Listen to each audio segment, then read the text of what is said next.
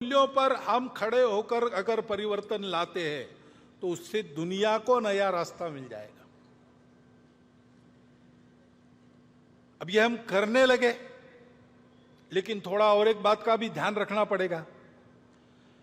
दुनिया में कुछ लोग हैं, भारत में भी कुछ लोग हैं जो नहीं चाहते कि भारत खड़ा हो, और इसलिए समाज में कैसे विभेद पैदा करना, समाज की सामूहिकता जो निर्माण हुई उसको कैसे तोड़ना, अलगाव और टकराव कैसे पैदा करना, ऐसा वो प्रयास करते हैं।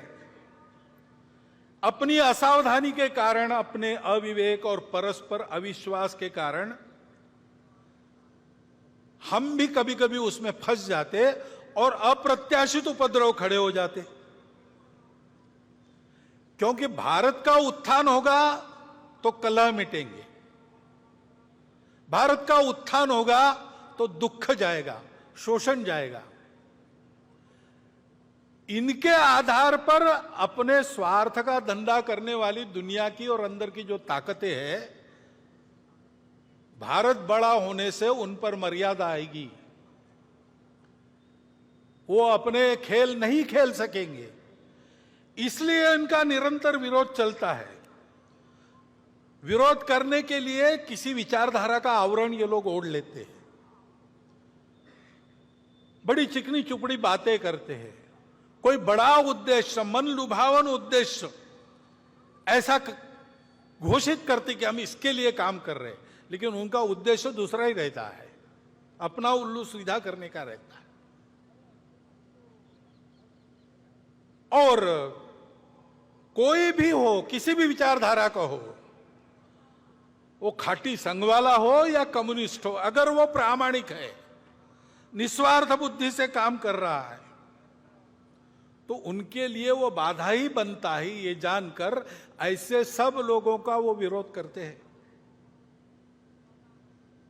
अभी एक नया नाम उनका चलता है दुनिया में, कल्चरल मार्क्सिस्ट या वोक, यानी जगे हुए, वोकिज्म, ऐसे शब्द चलते हैं।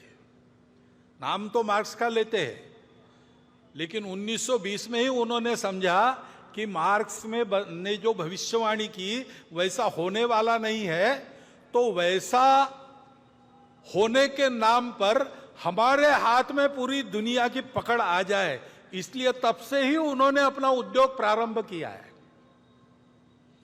इसलिए उसी समय उन्होंने मार्क्स की बातों को भुला दिया और आगे बढ़ रहे। और आजकल वो जो कहते हैं और बोलते और बताते हैं, विश्व की सारी सुव्यवस्था का उनका विरोध है। विश्व में मांगल्य का, संस्कार का, संयम का उनका विरोध है। अनिर्बंध स्वैराचार का वो पुरस्कार करते हैं। ये पुरस्कार सहज हो जाए, जोर से हो जाए, इसलिए माध्यमों को और अकादमियों में अपना वर्चस्व स्थापित कर उनका उपयोग करते हैं। देश की शिक्षा को भ्रष्ट करते हैं, देश के संस्कार को भ्रष्ट करते हैं, राजनीति, सामाजिक वातावरण, इन सबको भ्रम और भ्रष्टता का शिकार बनाते हैं।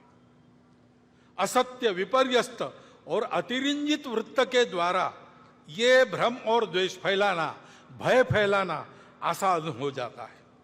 उसके चलते जो झगड़े बनते हैं, उन झगड़ों में उलझाकर समाज को अपनी पकड़ में लाना, अपनी अधिसत्ता में फांसना, ये वो करते हैं। किसी भी राष्ट्र की जनता में ऐसी अनास्था, दिग्भ्रम, परस्पर द्वेष उत्पन्न करने वाली ये जो प्रणाली है ना, अपने यहां चाणक्य नीति में उसका नाम है मंत्र विप्लव। विष से एक आदमी मरता है, बाणों से एक को ही मार सकते हैं, लेकिन मंत्र विप्लव से प्रजा सहित राजा का नाश होता है, ऐसी उक्ति है। ये इन लोगों से हमको ध्यान रखना पड़ेगा, बचना पड़ेगा। राजनीतिक स्वार्थों के लिए अपने प्रतिस्पर्धी को पराजित करने की जो उद्योग चलते हैं, उसमें इन शक्तियों के साथ गठबंधन करने का अविवेक भी चलता है। यह अपेक्षित नहीं है, लेकिन होता है।